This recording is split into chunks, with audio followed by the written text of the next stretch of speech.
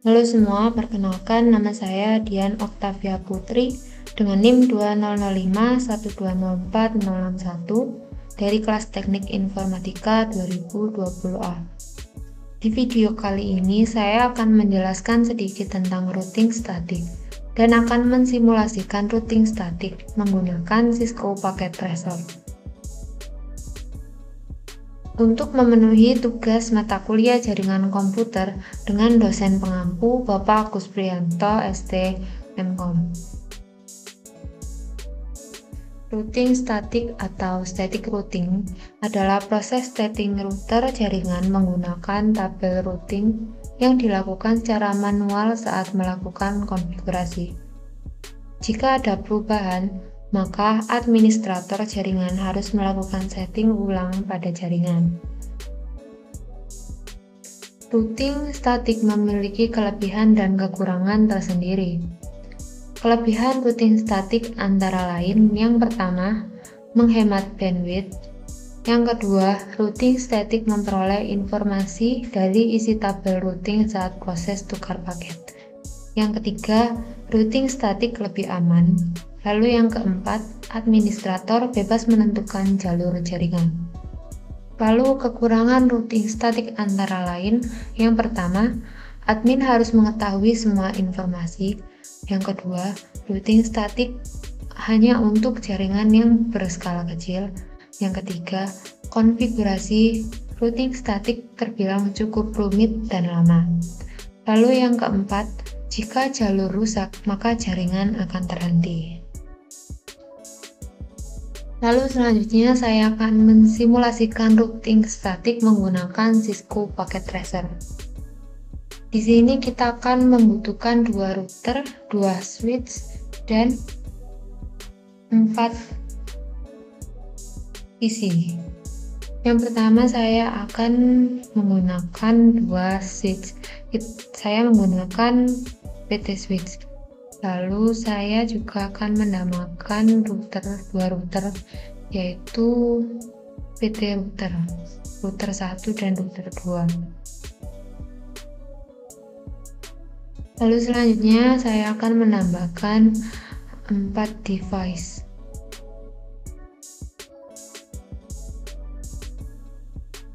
Lalu saya akan menghapus PC 0 agar tidak merendam satu-satu. Setelah dihapus, saya akan menambahkan 1 PC lagi.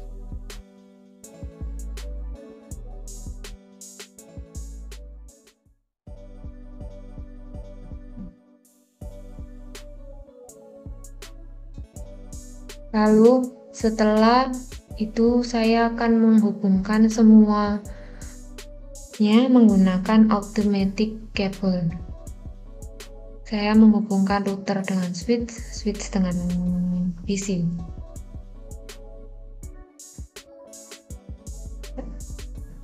Lalu router dengan router. Dapat kita lihat bahwa kabel yang menghubungkan router dengan router masih mati, ditandai dengan warna panah merah. Untuk menyalakannya, kita bisa menggunakan config lalu fast Ethernet 0, lalu kita on kan, dan serial 2 juga kita on kan. Kita bisa lihat dari namanya yaitu FA0 dan SE2. FA0 dan SE2. Lalu yang router 2 juga kita nyalakan, fast Ethernet 0 dan serial 2 kita on kan. Lalu kita bisa lihat perubahan lampu hijau menyala. Lalu setelah itu kita set IP address pada PC 1 yaitu 192.168.1.1, lalu subnet max, lalu kita tambahkan default gateway. Kita juga set IP pada PC 2 yaitu IP address 192.168.1.2, subnet max 255.255.255.0, lalu kita set default gateway-nya sama seperti tadi 192.168.1.254. Lalu pada PC3 desktop IP configuration, IP address-nya 192.168.2.3. Lalu subnet max-nya sama seperti PC1 dan PC2, default gateway-nya 192.168.2.254. Lalu sama seperti tadi, kita set juga pada PC4 IP address-nya 2.4, juga pada subnet max, default gateway-nya sama seperti PC3.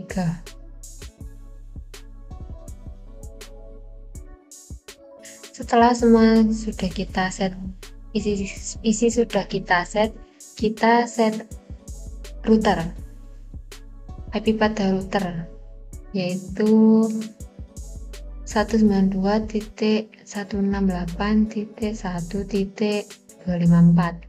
Kita isi dengan IP gateway, lalu subnet max, lalu serial 2-nya kita isi IP 12.12.12.1, lalu subnet max-nya seperti tadi sama.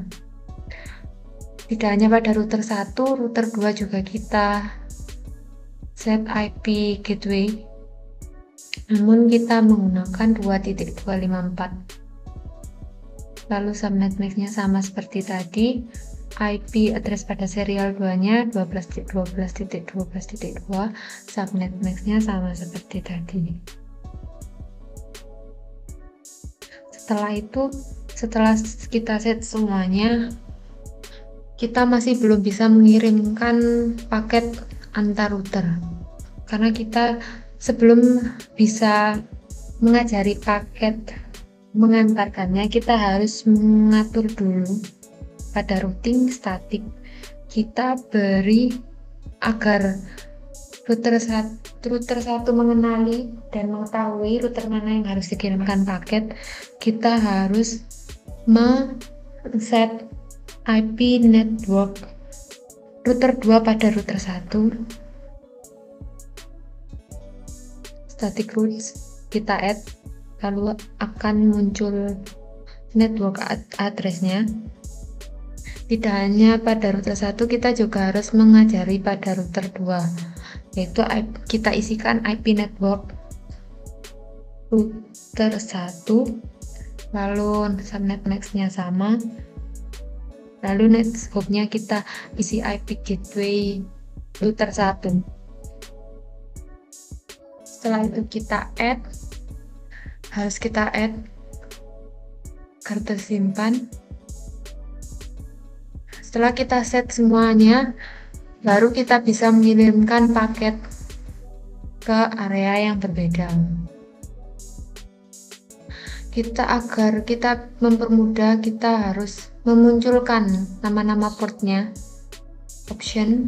pada option, agar mempermudah kita untuk mengset.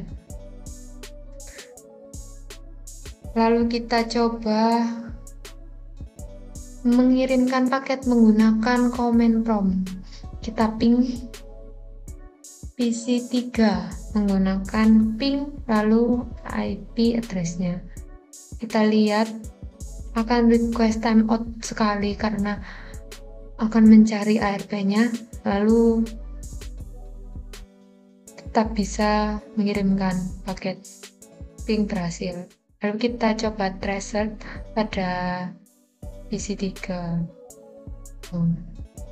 Ping berhasil, tracer pun berhasil. Kita lihat, pertama akan menelusuri IP gateway, yang kedua IP gateway, yang ketiga juga akan menelusuri PC3. Tracer itu penelusuran. Lalu selanjutnya kita akan mencoba ping PC4. Ping, lalu kita masukkan IP address dari PC4. Kita lihat request timeout sekali, lalu proses tetap dilanjutkan. Ping berhasil. Lalu selanjutnya kita coba tracer PC 4.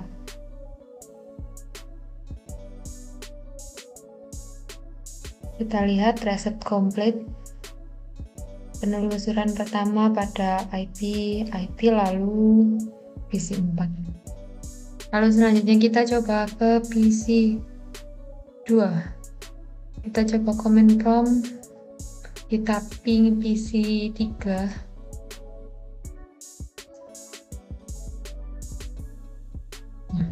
Tanpa request timeout karena ARP telah dikenali. Proses langsung nge-replay, lalu proses ping berhasil. Kita coba reset PC 3. Nah, reset komplit. Lalu selanjutnya kita coba ping PC 4. Sama, tanpa request timeout karena ARP sudah dikenali pada proses ping PC 1 tadi. Kita coba reset PC 4, reset komplit. Ya. Paket terkirim, lalu paket dikembalikan, lalu penelusuran.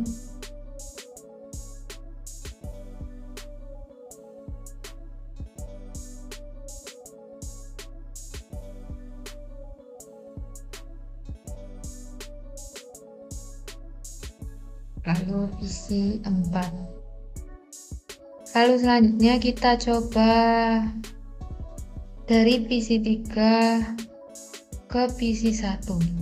Desktop command prompt. Kita ping PC 1, kita masukkan IP address PC 1. Kita lihat sama, tanpa request timeout karena ARP sudah dikenali. Lalu kita coba tracer PC 1. PC 3 ke PC 1, 168.1.1. Kita lihat tracer komplit. Kita ping PC 1, lalu kita tracer PC 1. Menelusuri gateway lalu PC 1. Tracer komplit. Kita coba ke tadi mode real time, kita coba ke mode simulation. Kita zoom non, lalu edit filters, kita menggunakan ICMP. Kita coba mengirimkan paket dari PC 1 ke PC 3. Kita simulasikan, kita jalankan. Lalu switch mengirimkan ke router 1 mengirimkan ke router 2, router mengirimkan ke switch, lalu switch mengirimkan ke PC 3. Berhasil karena bisa dikembalikan. PC 3 mengembalikan ke switch mengembalikan router 1, router 2 mengirimkan ke router 1, lalu kembali ke switch dan kembali ke PC 1. Kita lihat proses berhasil. Bisa dikirim dan bisa dikembalikan. Kita coba dari PC 4 ke PC 2. Lalu kita jalankan PC 4 ke switch 1, switch 1 ke router 2, lalu router 2 ke router 1, router 1 ke switch 0, switch 0 ke PC 2. Kita lihat apakah paket bisa dikembalikan. Ternyata bisa. PC 2 ke switch ke router 1, router 1 ke router 2, lalu ke switch 1, lalu paket dikembalikan ke PC 4. Kita lihat bahwa proses berhasil. Kita hapus, kita coba lagi mengirimkan paket dari PC 2 ke PC 4. Kita lihat proses sama seperti tadi, kebalikannya. Kita coba apakah berhasil. Switch 1 ke PC 4, lalu PC 4 mengembalikan ke switch 1, proses bisa, ternyata berhasil.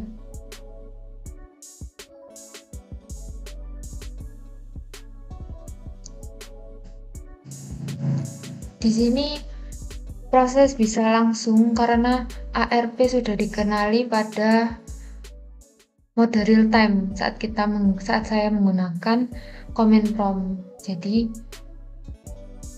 seharusnya kan jika tidak kita coba ke mode real time tadi, PC akan gagal. Pengiriman paket sekali pada awal akan gagal karena akan mengenali ARP-nya terlebih dahulu. Tapi ini tidak. Saat kita ke mode simulation, paket langsung bisa dikirimkan karena ARP sudah dikenali pada mode real time tadi saat saya menggunakan command prompt. Kita lihat berhasil.